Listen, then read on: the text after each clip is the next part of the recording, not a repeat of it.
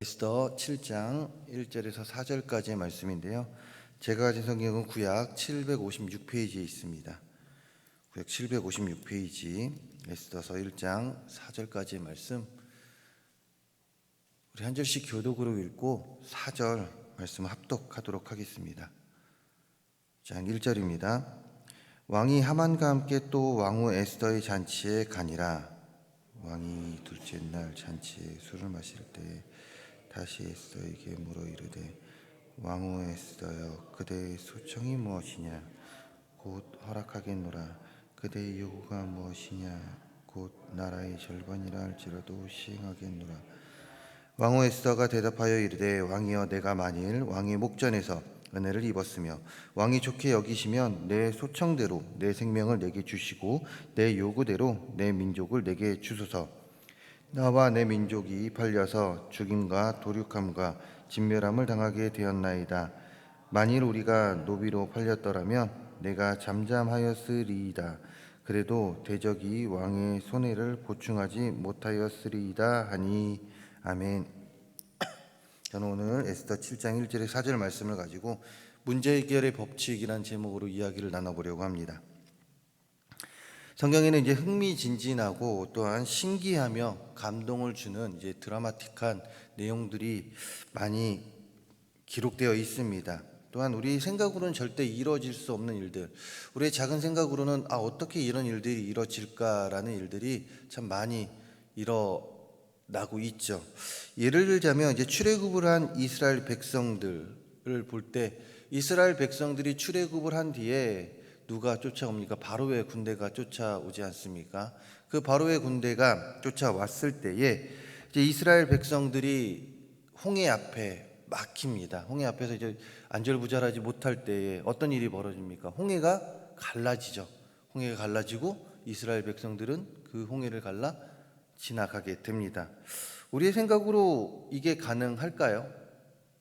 또한 어린 다윗 이야기, 우리들이 좋아하는 다윗의 이야기를 볼 때면 어린 다윗이 이제 적군과 싸울 때 그 적군은 누구였습니까? 골리앗 아니었습니까?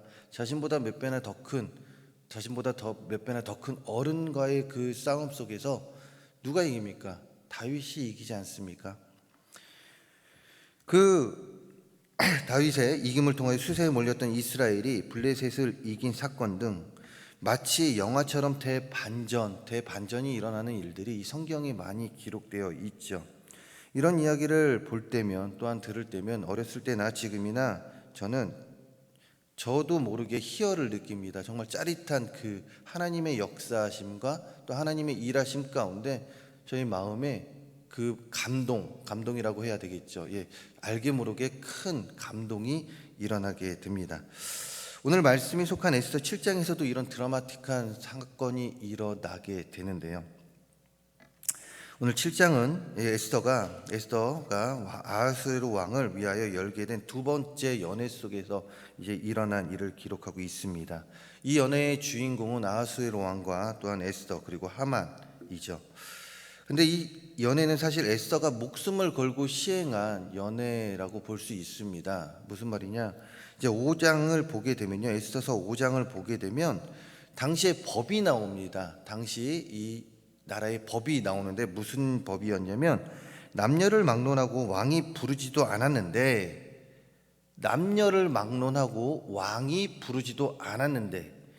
안뜰에 들어가서 왕에게 다가가는 사람은 모두 사형으로 다스리는 법. 즉, 왕이 부르지도 않았는데 그 왕 앞에 나아간다. 그것은 사형으로 다스리는 법. 그 법이 있었다, 이것이죠. 이 법은 온 국민에게 다 적용이 되는 것입니다. 그렇기 때문에 왕후였던 왕후였다고 해서 이 법이 적용이 안 되는 것이 아니었죠. 왕후 에스더에게도 동일하게 적용이 되는 법입니다. 그런데 5장 1절을 보게 되면요, 에스더는 이 법을 어깁니다. 이 법을 어기고 왕에게 나아갑니다. 그리고 왕을 만나게 되고 왕이 에스더에게 소원이 무엇이냐고 물어보게 되죠. 그때 에스더는 다른 것을 말하지 않습니다. 오늘 저녁에 연회가 있으니 내가 당신을 위하여, 왕을 위하여 연회를 열 테니 하만과 같이 와 주십시오라고 이야기를 합니다. 그리고 그 연회에 아하수에로 왕이 하만과 같이 참석을 하게 되죠. 법을 어기면서까지 나아갔지만 그럼에도 불구하고 아하수에로 왕은 어떤 연유였는지 모르겠습니다. 에스더를 벌하지 않고 오히려 에스더에게 소원이 무엇이냐라고 물어봤던 것이죠. 그 첫 번째 연회에 참여했던 아하수에로 왕이 에스더에게 똑같이 물어봅니다. 무엇이냐고 물어보면 너의 소원이 무엇이냐라고 물어보죠. 이에 에스더는 다른 것을 이야기하는 것이 아니라 또다시 연회를 열 테니 내가 연회를 다시금 열 테니 그 연회에 참석해 달라고, 하만과 같이 참석해 달라고 이야기를 합니다. 그렇게 해서 열게 된 이 두 번째 연회, 바로 이 7장 말씀에 기록된 연회가 바로 그 두 번째 연회이다 이것이죠. 그렇기에 에스더가 열게 된 이 연회, 오늘 말씀 7장에 일어난 일은요, 원래 시작이 죽음을 각오한 연회라고 이야기할 수 있죠. 이런 두 번째 연회에서 아하수에로 왕은 에스더에게 또 물어봅니다. 너의 소원이 무엇이냐? 7장 2절을 보게 되면 이렇게 이야기하죠. 너의 소원이 무엇이냐? 너가 무엇을 이야기하든 내가 곧 허락하겠다.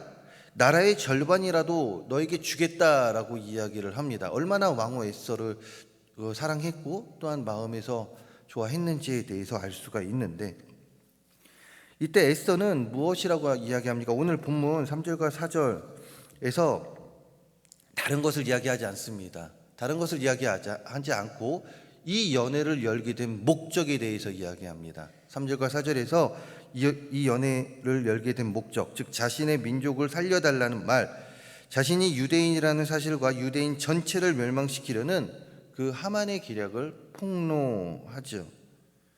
그녀는 자신의 민족 정체성을 숨기지 않고 밝힘으로써 왕에게 자신의 존재를 정확하게 드러냅니다. 즉 너의 소원이 무엇이냐라고 이야기했을 때 우리들은 많은 이들이 저는 무엇이 갖고 싶습니다. 무엇이 갖고 싶습니다. 왕입니다. 심지어 나라의 절반까지 주겠다라고 이야기했을 때에 우리는 어떤 소원을 이야기하겠습니까? 그러면 나라의 절반을 주십시오 라고 이야기할 수 있겠지만 왕후 에스더는 그러지 않았다라는 것이죠. 그녀는요 오히려 자신의 정체를 밝히고 민족의 정체성을 숨기지 않고 밝힘으로 자신의 존재를 정확하게 드러내고 또한 자신이 함께하는 그 민족, 자신의 민족이 지금 죽음의 위기에 있다라고 이야기를 합니다. 그러면서 단순히 왕의 호의를 구하는 것이 아니라 자신의 민족의 생명을 살려달라는 분명한 목적으로 간청하고 있습니다. 이런 에스더의 행동 속에 대반전의 사건이 일어나는데 무엇입니까? 바로 7장 하반절에 기록하고 있듯이 하만의 유다 민족 멸절 계획이 수포로 돌아가고, 즉 에스더의 행동으로 인해서 유다 민족이 살게 되는 일이 벌어집니다. 이들은 죽을 수밖에 없었던 것이에요. 하만의 계획으로 인하여 유다 민족은 죽을 수밖에 없었던 그 상황 속에서 에스더의 행동 하나로 인해서 우리가 잘 알다시피 유다 민족은 살게 됩니다. 그리고 어떤 일이 벌어집니까? 민족을 괴롭히는 자까지 죽임을 당하는 사건, 즉 하만이 죽임을 당하는 사건이 7장에 기록되어 있죠. 정말로 일어날 수 없었던 일들, 정말로 어떻게 보면 일어날 수 없는 일. 하만은 당시 그 땅의 2인자였습니다. 아하수에로 왕 다음으로 권력을 가지고 있던 자였습니다. 그런 자의 계획이 수포로 넘어갔다 이거죠. 일어나지 않습니다. 이런 7장의 말씀, 오늘 말씀을 통하여 하나님은 우리에게 말씀하고 계십니다. 무엇이냐? 문제 해결하기 위해서는 자신에게 더 나아오라고, 즉 하나님께 나아오라고 이야기하고 있다라는 것이죠. 주변 환경으로 인하여 하나님께 나아옴을 멈추지 말고 용기를 내어서 나올 때 모든 것이 해결됨을 오늘 말씀을 통해서 이야기하고 있습니다. 즉 에스더가 왕 아하수에로 왕에게 나아가지 않았다라면 이 문제가 해결되지 않았다. 이것을 통하여 하나님은 우리에게 문제를 가지고 있습니까? 너가 문제를 가지고 있냐? 그러면 그것을 가슴 속에 두고 살아가는 것이 아니라 하나님께 나와오라고 이야기하고 있다 이것이죠. 앞에서도 언급했듯이 에스더가 왕후임에도 불구하고 그 나라 법 앞에서는 어쩔 수 없었던 자였습니다. 왕후임에도 불구하고 그 나라의 법은 왕후에게도 적용되는 것이기 때문에 에스더가 나아가지 않았다라면 오늘 문제는 해결되지 않았다라는 것이에요. 그러나 에스더는 자신의 민족을 위해서 더 나아가 하나님을 멸시한 하만의 모습에 분통이 터져 믿음의 결단과 함께 목숨을 걸고 아하수에로 왕 앞에 나아갔고, 오늘과 같은 7장에서 오늘 7장에서와 같은 대반전의 일이 일어났습니다. 혹시 우리 삶에 어떤 걱정과 어려움이 있습니까? 나의 힘들과 어려움을 누가 알고 있습니까? 혹시 하나님께 고백은 해 보셨습니까? 하나님께서 알아서 알아주시겠지 하면서 고백하지 않고 살아가고 있지는 않습니까? 그러면서 왜 나의 아픔을 위로해 주지 않냐고 하나님 원망하고 있지는 않으십니까? 하나님은 분명 우리의 아픔과 어려움을 알고 계심과 동시에 우리에게 원하는 것이 있습니다. 무엇입니까? 단순히 그 아픔을 내가 가지고 살아가는 것이 아니라 우리의 입술로 고백이 되어지기를 원하고 있다는 것이에요. 누구에게요? 바로 하나님께 고백이 되어지길 원하고 있습니다. 내 주변 사람들에게, 또한 세상에 나의 아픔을 말하는 것이 아니라 바로 하나님께 그 십자가 앞에 내 아픔과 내 어려움과 내 문제에 대해서 이야기해 주길 원하고 계신다라는 것이에요. 분명 하나님은 우리의 아픔을 알고 계십니다. 그러나 그곳에서 멈추는 것이 아니라 한 발짝 더 나아가 나에게 고백해라 라고 이야기하고 있습니다. 주변 환경으로 인하여 이야기하지 못하고 있는 것들이 있습니까? 이거는 너무 창피해서 이거는 차마 이야기하지 못하겠습니다 라고 이야기하는 것, 내 마음속에 아직도 하나님 앞에 고백하지 못하는 것이 있습니까? 그렇다면 오늘 고백해 보시기 바랍니다. 오늘이 바로 그 시작이 될 수 있습니다. 그 문제 해결의 시작이 될 수 있습니다. 어떻게요? 바로 고백함으로써, 하나님께 고백함으로써 이 문제가 해결될 수 있다라는 것이죠. 우리의 신앙생활 가운데 주변 환경이 우리를 힘들게 할 때가 많이 있습니다. 이럴 때일수록 우리가 해야 될 것은 에스더가 믿음 가운데 용기를 내어 나아갔듯이 우리도 하나님께 더욱 나아갈 수 있는 크리스천이 되어야 한다, 이것입니다. 더 나아가는 우리 모두가 되기를 간절히 소망합니다. 동시에 하나님께서는 오늘 7장의 말씀을 통하여 우리에게 하나님 앞에 나와오라, 더 나아오라 라는 말과 동시에 때를 기다려라 라는 것을 말씀해 주고 계십니다. 오늘 말씀 2절을 보게 되면 아하수에로 왕이 에스더에게 원하는 것이 무엇이냐고 물어봅니다. 그런데 제가 계속해서 말씀드렸듯이 이 질문은요, 아하수에로 왕이 에스더에게 한 이 질문은 세 번째 질문입니다. 세 번째 질문이라는 것이에요. 처음과 두 번째, 에스더가 아하수에로 왕의 질문에 대답한 것은 오늘 연회를 열 테니 참석해 주십시오 라고 이야기했고, 세 번째 질문에서 드디어 에스더는 자신의 목적, 자신이 이 연회를 연 목적에 대해서 이야기합니다. 때가 되었다라고 판단을 한 것이죠. 에스더는 절대 성급하지 않았습니다. 침묵하며 그때를 기다리고 있었습니다. 이런 에스더의 모습은 성급하게 모든 것을 판단하며 살아가는 우리들에게 큰 도전을 줍니다. 우리의 인생을 돌아보았을 때 우리가 열심히 노력하지만 결국은 열매를 맺게 하시는 분은 누구십니까? 물론 우리의 노력 가운데 열매를 맺는 경우도 있지만 결국에는 그 열매 누구로부터 오는 것입니까? 바로 하나님께서 우리에게 주신 그 달란트 가운데, 그리고 그 가운데 우리가 노력했을 때 맺는 열매 아닙니까? 바로 하나님께서 주시는 것입니다. 하나님께서 자신의 때에 그 열매를 맺게 하신다라는 것이에요. 우리가 한 것 같지만 그렇지 않습니다. 모든 것을 하나님께서 하셨습니다. 그런데 그 하나님의 때가 언제였습니까? 한번 돌이켜 볼까요? 그 하나님의 때가 언제였습니까? 우리가 원할 때였습니까? 내가 원할 때 하나님께서는 그 모든 것을 이루어 주셨습니까? 하나님, 제가 지금 당장 이 문제가 해결되어야 됩니다 라고 했을 때, 물론 그때에 이뤄질 때도 많이 있었지만 우리의 삶을 돌아보았을 때 우리의 때가 아닌 하나님의 때에 모든 것들이 이뤄짐을 우리는 알 수가 있습니다.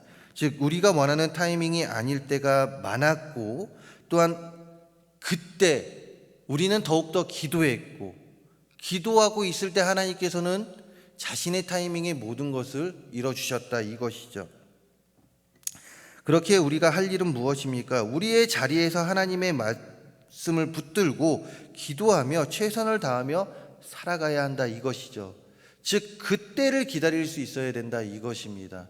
계속해서 묻고 계속해서 기다리며 하나님을 초대하며 하나님 이 자리에 와서 나의 기도를 들어 주시옵소서, 나의 때가 아닌 하나님의 때에 나의 모든 것을 이뤄달라라고 우리는 기도하며 살아갈 수 있어야 한다, 이것입니다. 이것을 오늘 에스더서를 통하여 우리에게 이야기하고 계십니다. 급박한 문제가 있으십니까? 그것이 해결되지 않는다라고 낙심하고 있진 않으십니까? 그것이 해결되지 않는다라고 해서 하나님께 기도했는데 그것이 해결되지 않는다라고 해서 나는 이제 더 이상 안 할래, 하나님께 더 이상 안 할래 라고 고백하고 있진 않으십니까? 기억하십시오. 하나님은 분명히 우리의 기도를 기억하시고 그때에 맞춰서, 우리의 때가 아닌 하나님의 때에 맞춰서 그 모든 것을 이루시는 분이십니다.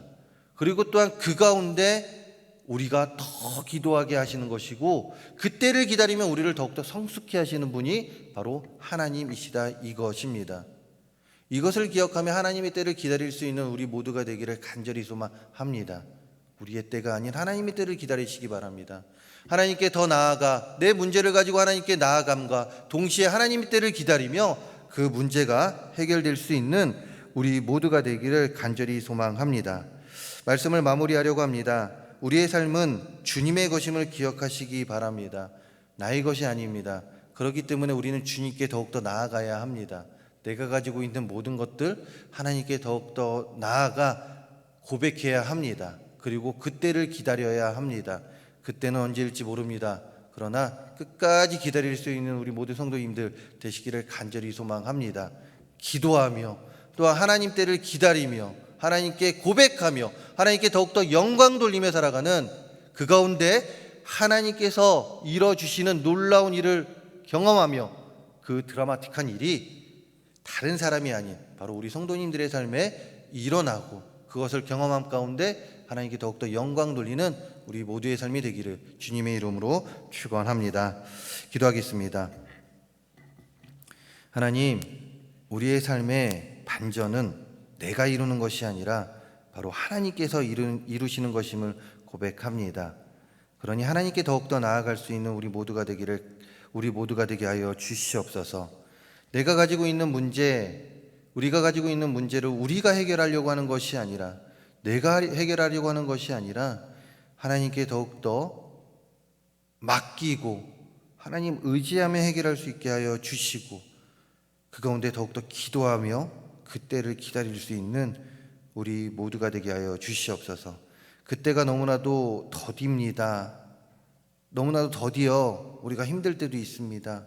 낙심치 않게 하여 주시고 그때를 기다리며 기쁨으로 기도할 수 있는 우리 모두가 되게 하여 주시옵소서. 이 시간 하나님의 전에 나올 때에 아름다운 예물을 드리며 그 가운데 많은 기도 제목들을 담았습니다. 그 기도 제목에 하나님이 응답하여 주시고 더 큰 기도 제목으로 하나님 의지하며 나아갈 수 있는 우리 모두가 되게 하여 주시옵소서. 오늘도 하나님의 때를 기다리며 하나님의 말씀 아래서 더욱더 살아가는 우리에게, 우리 모든 동성교회 성도님들에게 큰 능력과 힘으로 함께하여 주실 하나님을 찬양하며 이 모든 말씀 예수 그리스도의 이름으로 기도합니다. 아멘. 함께 기도합니다. 담임 목사님, 원로 목사님을 위해 기도해 주시기 바랍니다. 또한 교회를 위해 기도해 주시기 바랍니다. 그리고 또한 오늘 말씀 기억하면서 기도하시길 바라고요. 그다음에 온세대 예배가 이제 이번 주일에 있습니다. 그 예배를 위해서 우리 함께 기도해 주시고 환우들을 위해서, 그리고 또한 각자 가지고 나오신 기도 제목 가운데 자유롭게 기도하시다 돌아가도록 하겠습니다. 주여 일창하신 뒤에 기도하십니다.